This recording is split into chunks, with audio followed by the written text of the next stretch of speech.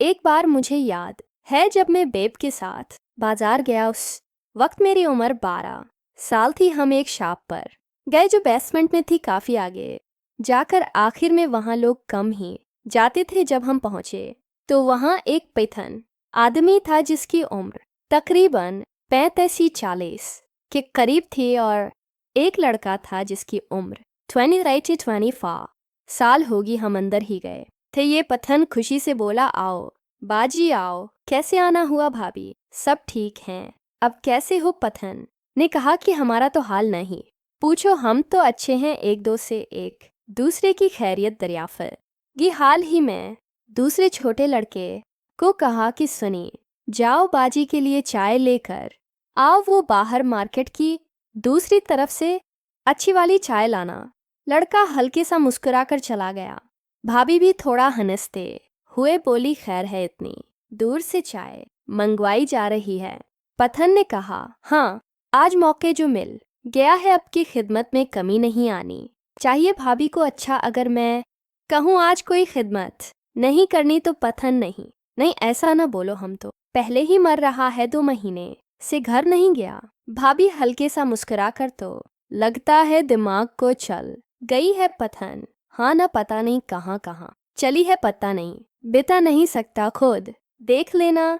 भाभी, अच्छा जी, फिर तो अचारनी पड़ेगी। पथन, ये तो मेहरबानी होगी। दुकान फिल भरी हुई थी, कोई जगह खाली नहीं थी। एक बड़ा सा काउंटर था जिसके अंदर वो खड़ा हुआ था, मैं और भाभी। बाहर वाली साइन पर उसने भाभी से कहा, अंदर आ जाओ, देख लो जो लेना है।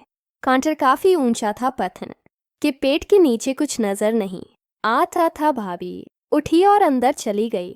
मुझे मोबाइल पकड़ा दिया। मैं सैम्प वाली गेम खेलने लगा। भाभी पत्थन अंदर थे। भाभी अलमारी की तरफ मक्र के हल्की फूल की बातें करती और कभी उसके साथ लग जाती, कभी इधर होती। फिर मैंने देखा भाभी का बाजो हरकत कर रहा है जैसे किसी चावाज देकर बोली, सुनो, अगर कोई फोन आए तो मुझे बताना, और अगर और चीजें वगैरह देखनी है तो घूम आओ। मैंने कहा, नहीं भाभी, मुझे गेम खेलनी है। भाभी चलो ध्यान से खेलो। पथन काउंटर पर दोनों बाजू रखकर मेरी तरफ देख रहा था और बोल रहा था, अगर यहाँ कोई चीज पसंद नहीं आई तो काउंटर के नीचे वाले खाने में देख लो, वहाँ भी काफी माल पड़ा है। भाभी, हाँ, मैं भी सोच रही हूँ कि नीचे बैठकर देख लूँ, कोई अच्छी चीज मिल जाए। और मेरी तरफ देखकर कहा, तुम कौन सी शर्ट खास रही थी? मैंने बताया, बेलो।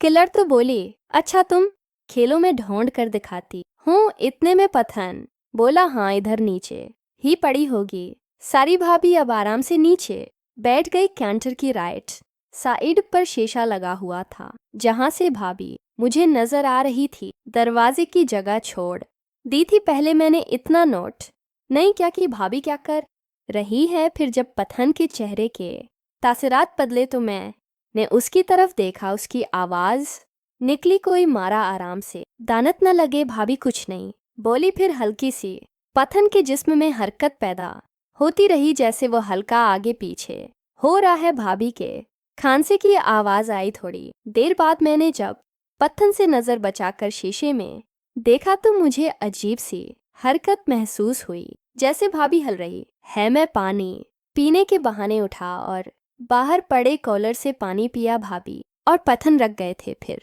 मैंने अपनी पहली आगे की तरफ बैठा जहां से शीशे में अंदर साफ नजर आ रहा था। भाभी क्या कर रही है, मैं ये देखकर हैरान हो गया कि भाभी फिर पत्थन की हल्की सी आवाज, बस हो जाएगा वरना। भाभी ने अपना मुंह साफ कर लिया, बाल ठीक किए और आराम से एक शर्ट उठाकर खड़ी हुई और लजुश बाहर लहजे में बोली, देखो ये ठीक है। मैंने कहा, अब खुद देख ले।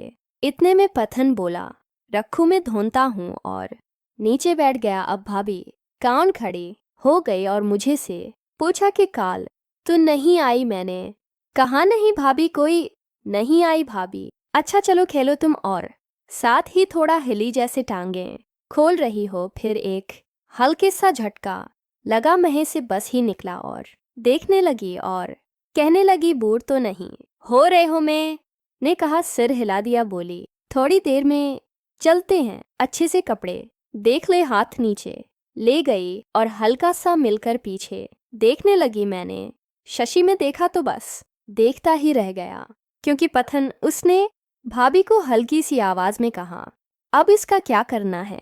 मेरी तरफ इशारा था। भाभी कुछ नहीं, बस वो कुछ नहीं बोलेगा, बाहर से कोई ना आ जाए, पथन देख लेना, इसकी खैर है। भाभी मैं जो कह रही हूँ बस शोर न करना और जोर से भी ना लगाना, इज गुजारा कर लो कल, फिर आगे अब जल्दी करो, कोई आना जाए। पथन अच्छा मुझे कहा बेटा बात सुनो। मैंने कहा जी अंकल। पथन वो ऐसा करो, बाहर वाली गली में लाइट्स बंद कर दो, फत्तो चल रही है वहाँ। सूझ है। मैंने बाहर की लाइट बंद की और वापस नहीं आकर बैठ गया। पुलिस ने फोन निकालकर सुनी को कारल की और बोला, हाँ किधर हो आगे से पिता ने क्या जवाब आया। फिर बोला, ठीक है, ज्यादा से ज्यादा 15-20 मिनट, अब मैं तो परेशान हूँ, चलो। ठीक है भाभी। कौन सा था? वही लड़का सनी था, बाहर खड़ा किया। वैसे तुम्हारा दीवाना हो गया है कि मेरा भी कुछ? इस्ताद भाभी नहीं, कोई जरूरत नहीं अब यार। पथन ने अंदर भी आधी से ज्यादा लाइट्स बंद कर दी। अब काफी अंधी रहता, मैं अपने गेम में मगन था। इसने मौका का भरपूर फायदे उठाया और भाभी ने मुझे देखकर कहा कि सन्नी बाहर वो दुकान देखकर आओ जहां से पिछली बार तुम्हारे शोज लिए थे, जाओ जल्दी, कहीं बंद ना कर जाए। मैं उठा जी भाभी और दुकान से बाहर आकर साथ ही रख गया, क्योंकि लाइट्स पहले ही बंद थी। मुझे कोई नहीं देख सकता था। जब मैं बाहर रखा तो अंदर से तेब तेब की आवाज आने लगी। पथन बला, अच्छा क्या बच्चे को भेज दिया भाभी? मुझे पता चल रहा था तुम्हारे जज्बात का, अब जल्दी करो इससे पहले कि वो चाहे। पथन हाँ बस 2 मिनट। कुछ देर में पथन की सासत बाहर तक सुनाई दे रही थी। भाभी ने उसे कहा, पीछे हटो, अब हो गया ना पथ।